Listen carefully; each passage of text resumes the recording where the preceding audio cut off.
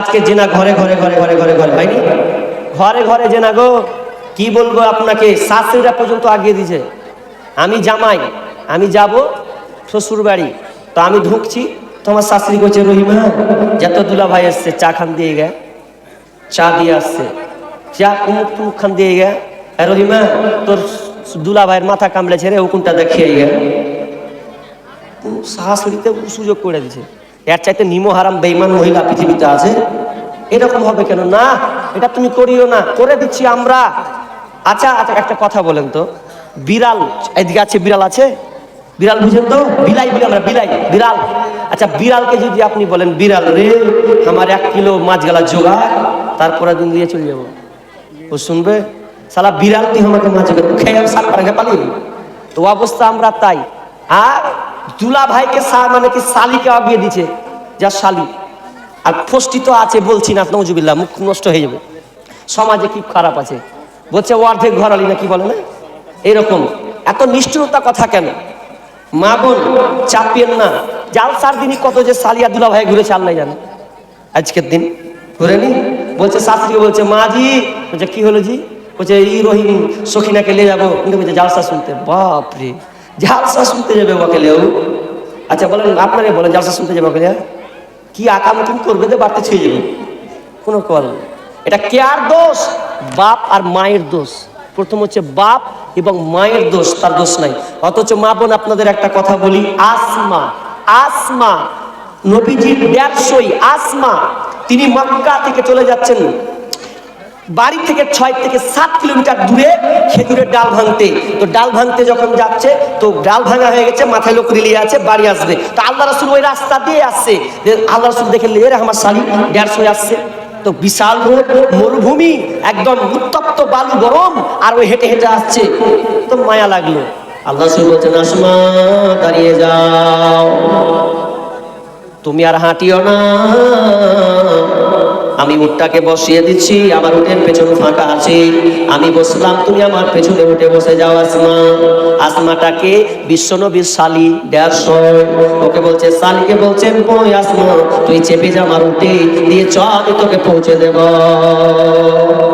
যেই নবীর চরিত্র, কোরআনটাই হচ্ছে, কোরআনকে বলেন যে নবী বিশ্ব নবীর চরিত্র কেমন, তো কোরআন বলে খুলকুল কোরআন, মানে নবীর চরিত্র হচ্ছে কোরআন।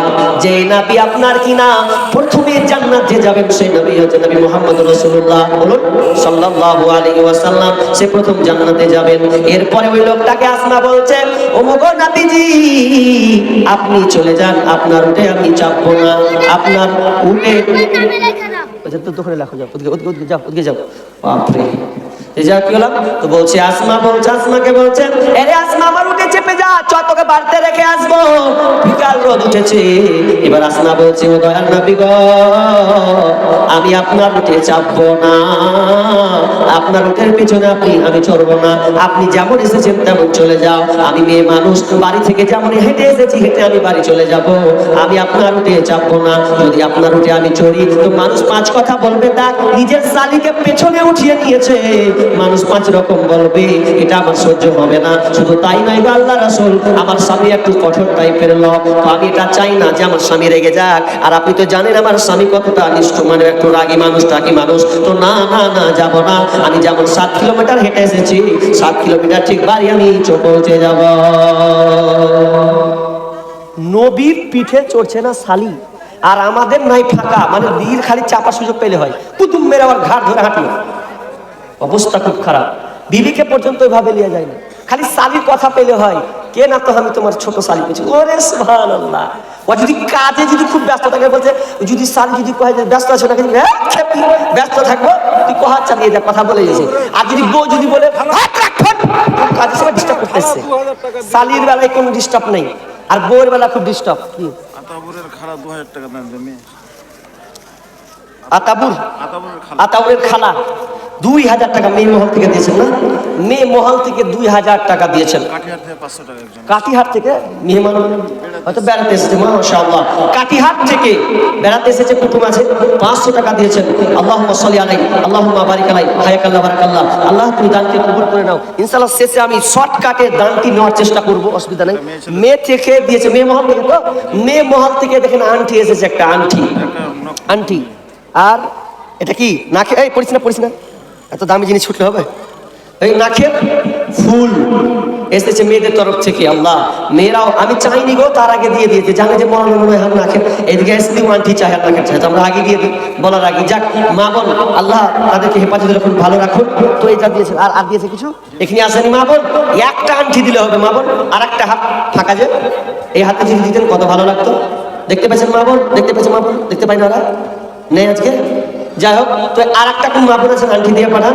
নাকের ফুল পেয়েছি, মানাবে, একটা হাতে একটা নাকে, কানে দুটা দিলে আরো মানাবে, গলার হলে আরো ছাকাস লাগবে।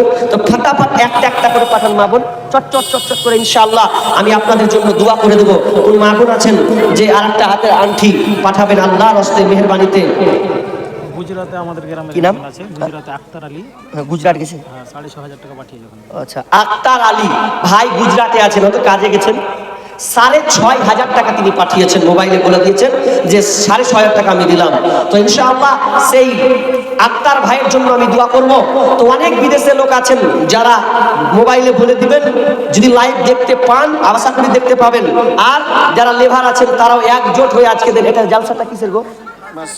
মসজিদ জুমার মসজিদ, হ্যাঁ জুমার মসজিদ, তো জুমার মসজিদ ইবাদত, এটা আল্লাহর ইবাদত, আল্লাহর ঘর বাইতুল্লাহ। তো যেমন আল্লাহর ঘর, মসজিদ হচ্ছে আল্লাহর ঘর। তো আল্লাহর জন্য কোন আল্লাহর বান্দা দেখেন চট করে যদি দেন, আমি আলোচনা ছাড়িনি, ইনশাআল্লাহ পুরা করব। আলোচনা অনেক গভীর, কিছু তথ্যবহুল কথা আছে। তো মেহেরবানি করে বলেন আর কেউ দেখি, আল্লাহর বান্দা 10,000 টাকা দিনেওয়ালা একজন হবে? একজন 10,000 টাকা দিনেওয়ালা যদি থাকেন তো পাঠাবেন ইনশাআল্লাহ। তার জন্য আমি আজকে প্রাণ ভরে দোয়া করব। তো কি বলছিলাম, আজকে জেনা বাড়ার কারণ জানেন? বিয়ে সঠিক মতন না দেওয়ার কারণে। বুখারীর হাদিস, আলীকে আল্লাহ রাসূল বলছেন, এ আলী খবরদার, 3টা জিনিসে লেট করা চলবে না। 3টা জিনিসে লেট করা চলবে না। 1 নম্বর কি? 1 নম্বর হচ্ছে এই যে নামাজের যদি সময় হয়ে যায় তাহলে লেট করা চলবে না। কজন নামাজ পড়ছি, আজান দিচ্ছে তো খালি ওই নিড়েতি আছে, আজান হোক ছোকরা, আজান দিচ্ছে তো কেরাম বোর্ড নিয়ে পড়েই আছে।